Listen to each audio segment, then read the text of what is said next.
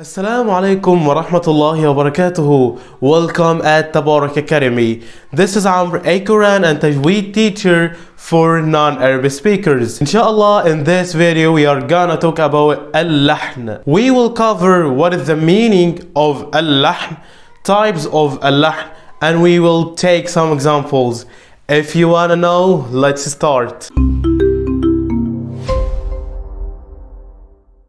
What is the meaning of Lahn? Lahn means errors or mistakes. We have two types of Lahn. We have clear mistake and we have hidden mistake. Clear mistake when you replace one letter with another. For example, when you replace ta with dal or ta. When I say وَبَدَأَ خَلْقَ الْإِنسَانِ مِنْ طِينٍ, what if I did lahn in this verse? I'll say وَبَدَأَ خَلْقَ الْإِنسَانِ مِنْ طِينٍ. So in this example I replaced ta with ta, or وَبَدَأَ خَلْقَ الْإِنسَانِ مِنْ دِينٍ. So in this example I replaced ta with dal. So this is a clear lahn. The other type of a clear lahn, to replace a haraka with another. So when I say صراط الذين أنعمت عليهم, so we have ta with fatha, أنعمت. If I did lahn in this word, I'll say أنعمت. So we have here also a clear lahn or a clear mistakes or lahn jali. The last type of a clear lahn, to miss letter or to add letter.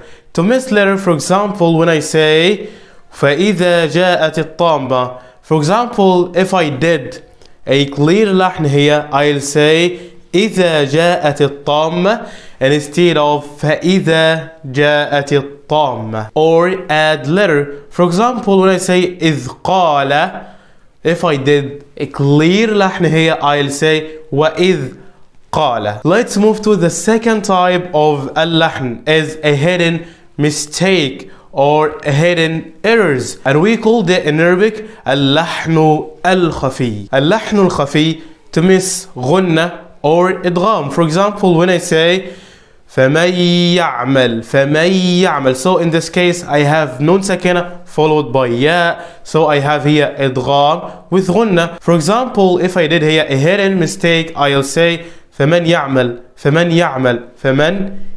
without غنة and without idgham. The second type of اللحن الخفي, or the hidden mistake, to increase or decrease the mad or the stretching of any type of mad. For example, if I have mad muttasil or connection mad, so this mad, as we have learned, that we stretch it with 5 harakas. Okay, what if I did lahn khafi or a hidden mistake in this type of mad? I'll pronounce it, for example, with 5 harakas.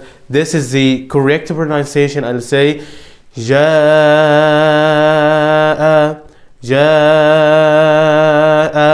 For example, if I did here a hidden mistake or lahn khafi, so I'll pronounce it increase 5 harakas. I'll say جاء.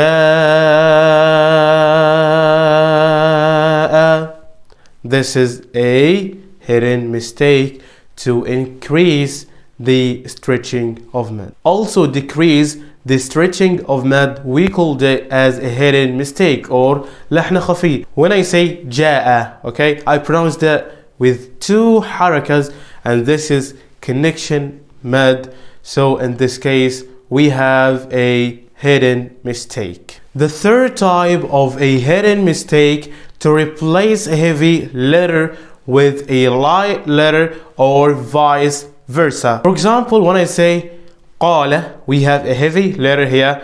If I did a hidden mistake, I'll say كala or kala. So in this case I did here a hidden mistake or lahn khafi. Or when I say شاء, this is the correct pronunciation. If I did here a hidden mistake, I'll say شاء. I'll pronounce this letter as a heavy letter instead of a light letter. Alhamdulillah, in this video we have covered what is the meaning of al-lahn, types of al-lahn, and we have taken some examples. I think that's all I can say, inshallah, in the next video. Wassalamu alaikum wa rahmatullahi wa barakatuh. Salam.